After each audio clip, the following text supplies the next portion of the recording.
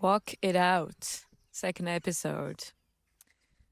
I want to talk about rhythm today. I'm in the park, as you can hear. The crows are pretty loud. Not just crows, different birds.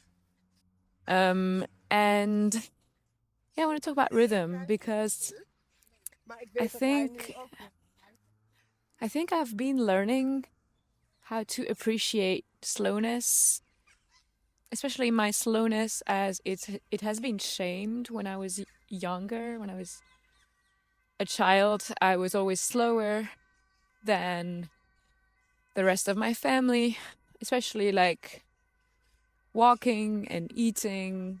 I was always slower, and also at school, I was kind of mocked for being slow. And that slowness was actually a sort of steadiness, a stability, a groundedness that I had. And it's also linked to the fact that I'm quite short. But yeah, there is something there that I have been exploring around being okay with my rhythm and the different rhythms that I have throughout the day, throughout the week, throughout the month. Um, yeah, I want to talk about that. Not always taking the shortcut, not always taking the most efficient or productive path. What feels productive is actually not necessarily efficient. I want to make a note on that actually. The difference between productivity and efficiency. So, productivity is basically producing more in less time, whilst efficiency is more doing the same or better with less work. So it's not exactly the same notion. Because with productivity, you stay in the idea that you have to kind of work all the time and you will accomplish more and more while working the same amount. But you will still have the mentality of, I need to work all the time. I need to work a lot. And I always want to accomplish more and more and more. So it's a lot about quantity, and your value is defined by the quantity that you can produce in a certain amount of time. Whereas efficiency is more like, how much can I enjoy my life and do work that is meaningful and that doesn't eat me up? So how does that relate to taking the shortcut or taking the long path? Taking the long path is the way that I have found in my life to. Sorry about the wind, by the way. I mean, sorry, I cannot do anything about it. um, yeah, this exploration of looking at beauty, looking at nature, looking at how things are woven together, looking at how harmonious things are when you don't try to force them or push them. And it's the focus shifts from a place of, I want to accomplish as much as possible so that I feel valued, to a place of, I just want to value my life as it is. I just want to enjoy it in the most unique, personal way possible, and at the same time, very impersonal. Like, I'm going to choose this path that is longer in a way because I feel it makes me different, but also because I don't feel like I'm special enough to. I mean, I don't feel like I am special, but I don't feel like I need to prove anything by taking the shortcut, by being more productive. And it's a subtle shift that I've been choosing over the years. It's really about a choice, a repeated choice every single day of like, okay, am I going to take the shortcut, or am I going to take the path that brings me more calm, more joy, more beauty, makes me feel grateful? Because this gratitude and this joy are going to fuel the rest of my day. They're going to bring me energy. They're going to make me feel inspired. And then I won't have to force any type of work. The work will happen by itself. Yeah. Okay, I'm gonna order my food now and I will take this audio back when I walk back home. Okay, so I had some food. I sat in the park. Now I'm walking again. The birds are chirping. It's sunny. It feels so good to have some fuel in my stomach. I feel like I'm walking slower and more grounded. Walking is a practice. It's a way that I reconnect with myself, that I feel safe as well. For some reason, staying in the same place all the time doesn't really do it for me. I really enjoy change. I enjoy diversity. I like travel a lot. Not just any type of travel, actually. I don't like playing tourist. I like to discover places from a local's point of view or from a kind of romantic traveler point of view, where I'm gonna be so immersed in the environment and feeling into the colors, the textures, the smells, the energy of the people, the interactions, and just absorb and see how it translates in my art. So, yeah, taking the long road. I think it's something also that I've explored in travel. You know, when you have the choice between taking a plane or a train or a plane or a bus, well, sometimes it's a question of money, like what can you afford, but also sometimes it's the price is similar, and if you want to be practical and maybe save hours, save some fatigue as well, which I completely understand, you're going to choose the most the option that's going to get you there quicker, with a shortcut again. And it makes sense in some situations. And in some other situations, it makes sense, to me at least, to take the long road, take the long way home. That's in a song by Supertramp that I used to listen to when I was younger. Take the long way home. In a way, we could see that life is a journey, is a path we're walking onto, and are we wanting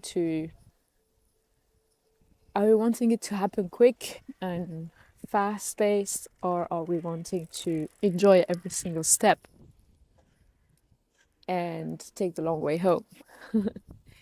If home is death, if home is the end, you know, do we really want to take the shortcut, or do we want to explore how each moment feels and create the conditions for us to notice the beauty in every moment?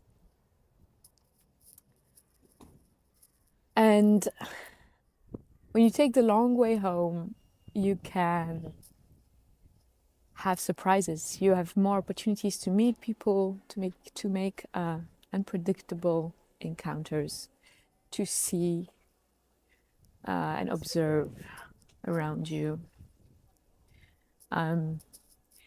It's like changing the road you usually take. If you're taking the same road every time, you're going from a place to another, because it's habitual and habits are comfortable.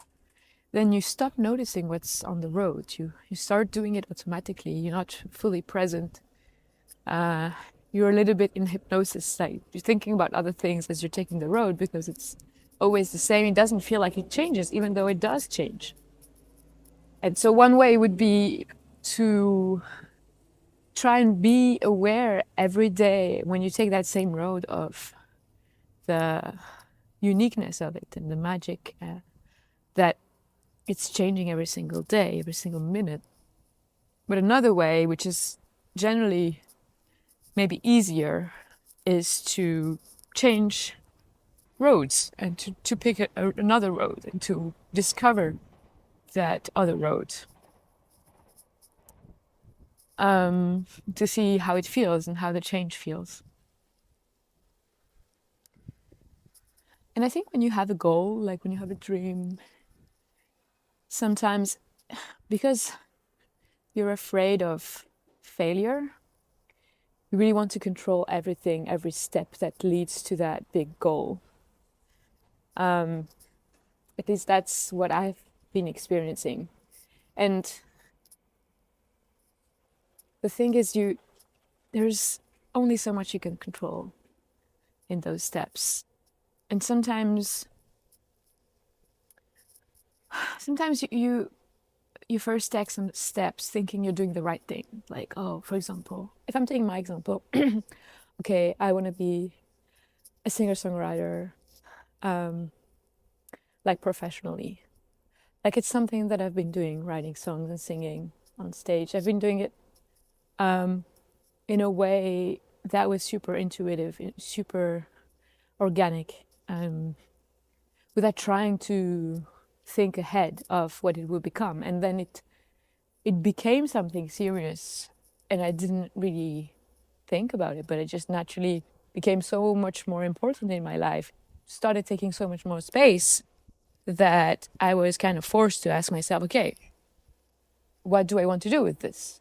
And then I entered this vortex of ways that I could do this, ways that I could make it professional, ways that I could make money with it, ways that I could become known for my art, ways that I could perform more. And for me, it was very clear that the priority was to make sure I would keep enjoying what I was doing. So the way that I did that was to prioritize shows, live performances, instead of putting all my efforts into social media, for example. Even though I still did some social media back then, at the beginning, a little bit. And I was kind of torn because I was forcing myself to do the social media thing at the same time as I was performing, because I was told it was the right thing to do. And it was taking a lot of energy from me, and I don't regret it though, because I grew more and more comfortable with the camera and with being, facing the camera, and singing in front of the camera, speaking to the camera. It's become more natural for me, but it still is a struggle sometimes. It's not, to be honest, it's not something that is innate to me. I think it's not innate to anyone, but some people really put so much love into that they've become really, it's become a second nature, and I don't think it is for me, to be honest. I know it's a second nature for me to be on stage and to sing, and also to speak on stage. It can also be quite natural. But being in front of a camera without anyone there is pretty difficult. If there is someone with me filming, that can help, definitely. But yeah. Where am I going with this? Yeah, I was talking about the long way home and the detours we have to take sometimes. And paradoxically, the more we try to take shortcuts, the more we burn ourselves, and the more we can start hating what we do and resenting what we do. The more we try to cheat, basically, to cheat our way up, to make it quicker, easier, the less earnest we are about our work. and then we feel ashamed for not being earnest, and then it makes things even more difficult. We don't really want to be seen when we're ashamed. Shame is something that brings us to hide and to try to become invisible. So there's really this kind of duet happening between shame and invisibility that we have to recognize. If we are to be seen, to be visible, we need to see our shame fully for what it is. Oh, this one hit hard. Yeah, that's it. So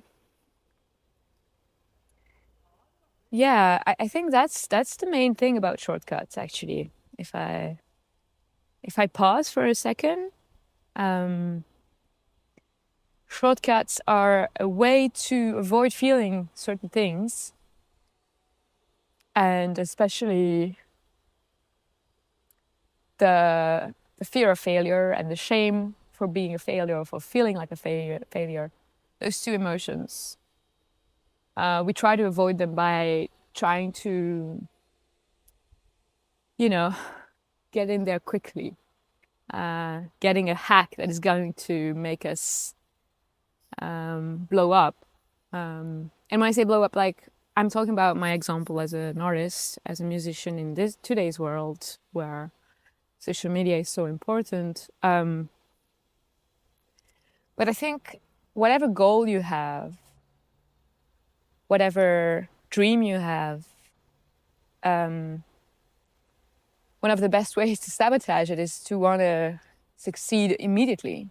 It's just not possible. You have to fail. You have to be bad at it at the beginning and to improve slowly. And it is true that on that path, sometimes you're just so tempted to take a shortcut because you feel like you've been riding the long road for too long, and that it's not fair that you're still not getting what you are looking for, and that it takes so much time and effort and perseverance and self-belief. Oh, how much self-belief does it take? Especially if you're an artist or an entrepreneur and you keep starting over. It's just the way it works. You cannot stay fresh and stay up to date with the world, which is the role of an artist and also of an entrepreneur. You cannot stay fresh and attuned to the world if you don't constantly have those cycles of ending and beginning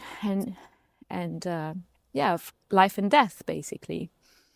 And those cycles, you can resent them for a while. You can fail to accept them for a while because we are conditioned to think that things are linear and that they happen in a sequence that is possible to predetermine. Just because we have identified patterns through science and observing nature and stuff doesn't mean that we fully are able to predict what's going to happen, and that just because we create a plan, that the plan is going to happen exactly as we framed it. And this is very frustrating, and it just connects us again to fear, to our fear of not controlling, or fear of being overwhelmed with the world around us that is taking power over us. The fear of feeling powerless, and in the end, it's all coming back to the fear of death, this existential dread that we have, that we share as human beings. So it makes everything quite complicated, doesn't it? Yeah. But I think once we start accepting those cycles, once we start recognizing that those cycles of life and death are normal, they're part of the journey, they're part of what is making us grow, part of what is making us more ready for the big goal that we have, big dream that we have, then we can start easing into it. Then we can start playing within the frame of those cycles. And that's where things get really interesting. Because instead of being in fear, we're in curiosity, we are open, we are present, and we are enjoying every moment. Which brings us back to the beginning of this episode, of this Walk It Out, I think. This thing of enjoying every single step without knowing what is the next one and what it holds. But knowing that deep down it holds some wisdom and some magic. Thank you for listening, and I'll see you in the next episode of Unsolicited Diaries.